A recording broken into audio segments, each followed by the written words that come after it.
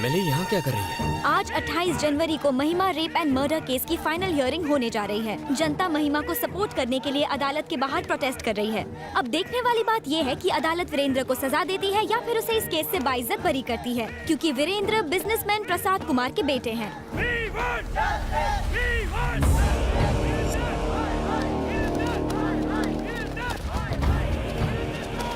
धनुष के आदमी यहाँ क्या कर रहे हैं?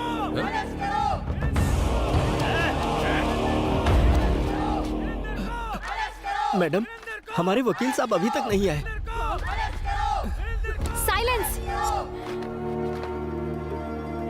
मूर्ति जी, अब तक लॉयर क्यों नहीं आया? मैंने सुबह से उनको कई फोन किए, लेकिन वो मेरा फोन उठा ही नहीं रहे। उनके घर पे भी ताला लगा है। रिश्तेदारों को भी उनके बारे में कुछ पता नहीं है। समझ में नहीं आ रहा मैडम वो कहाँ चले गए। चाचू, एमएलए तो काफी टेंशन में लग रही है। चलो।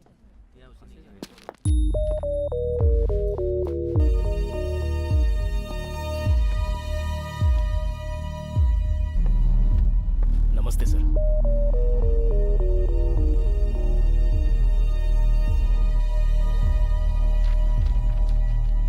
हियरिंग का टाइम हो गया है। आपका वकील अब तक क्यों नहीं आया है? पता नहीं साहब। तो आपकी तरफ से एविडेंस कौन पेश करेगा? सारे एविडेंस लॉयर के पास है साहब। कोई वकील नहीं और कोई एविडेंस भी नहीं। इस तरह आप कोर्ट का कीमती वक्त बर्बाद कर रहे हैं और कुछ नहीं। इसलिए मैं इस केस को डिसमिस। एक्सक्यूज मी सर, हमें लीव ऑफ एब्सेंस ग्रांट कीजिए। मैं इसकी अथॉरिटी आपको नहीं दे सकता। वकील चाहिए। चाचा उठो, केस आप लड़ेंगे।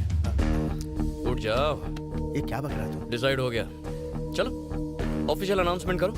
लेकिन शुरू कैसे करूं? लीव ऑफ एब्सेंस मांगो। और एविडेंस का क्या? एविडेंस आ जाएगा। सबूत और गवाह लाना मेरा काम है। चलो। योर ऑनर, मेरा नाम श्रीपति है। ये केस मैं टेक ओवर करता हूं। लीव ऑफ एब्सेंस ग्रांट करें। आपके पास कोई एविडेंस है? किस बिना पे लड़ेंगे आप?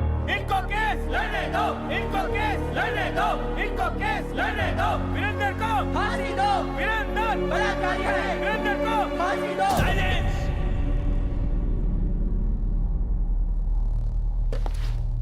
खामोश।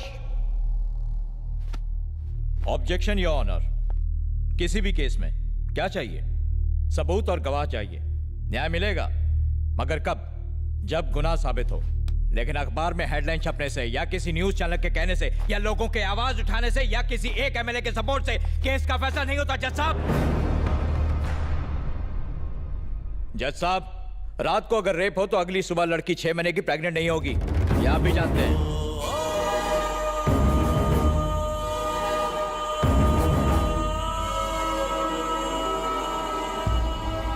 प्रेग्नेंट? यस, आप इसे रेप कह रहे हैं। जिस दिन रेप हुआ शी वॉज 6 months प्रेग्नेंट। ये रही पोस्टमार्टम रिपोर्ट। लड़की का चाल चलन ठीक नहीं था। उसे एक नहीं 10 बार होटल के रूम से कांस्टेबल ने गिरफ्तार किया था। आइए सर, ये बात बिल्कुल सच है सर। हमने उसे 10 बार अरेस्ट किया, लेकिन उसने हमसे रिक्वेस्ट की कि हम उसके माँ बाप को ना बताएं, इसलिए एक ही बार कंप्लेंट लिखी। सर नहीं सर, प्लीज ऐसा मत कीजिए सर। मेरी बेटी थी वो, उस पर ऐसे घिनौने इल्जाम मत लगाइए। आपसे भीख मांगता हूँ। बहुत अच्छी थी मेरी बेटी। हम ये केस वापस ले लेंगे। कोर्ट तुम्हारे कहने से नहीं चलता। आपने देखा जज साहब, जब राज खुलने लगा तो मगरमच्छ के आंसू बहाने लगे। इन्हें फंसाने के पीछे इनका एक खास मोटिव था। मेरा क्लाइंट बिजनेसमैन है, युवा पीढ़ी का आइकॉन।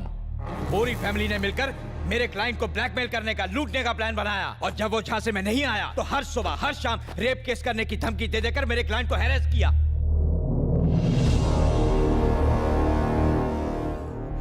इनकी बेटी धंधा करती थी, वीरेंद्र को ब्लैकमेल करके उससे मोटी रकम ऐंठना चाहती थी। सारे एविडेंस भी यही कहते हैं। और ये ना सिर्फ मेरा दावा है, this is the only truth.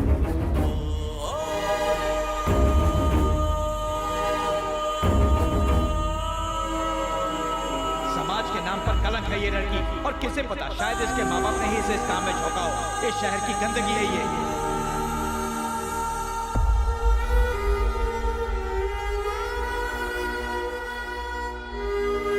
ऐसे लोगों को इस समाज में रहने का कोई हक नहीं है जज साहब।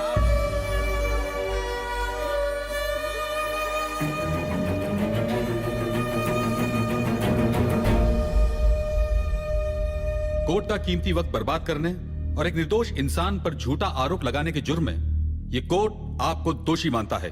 The case is dismissed. चला जा।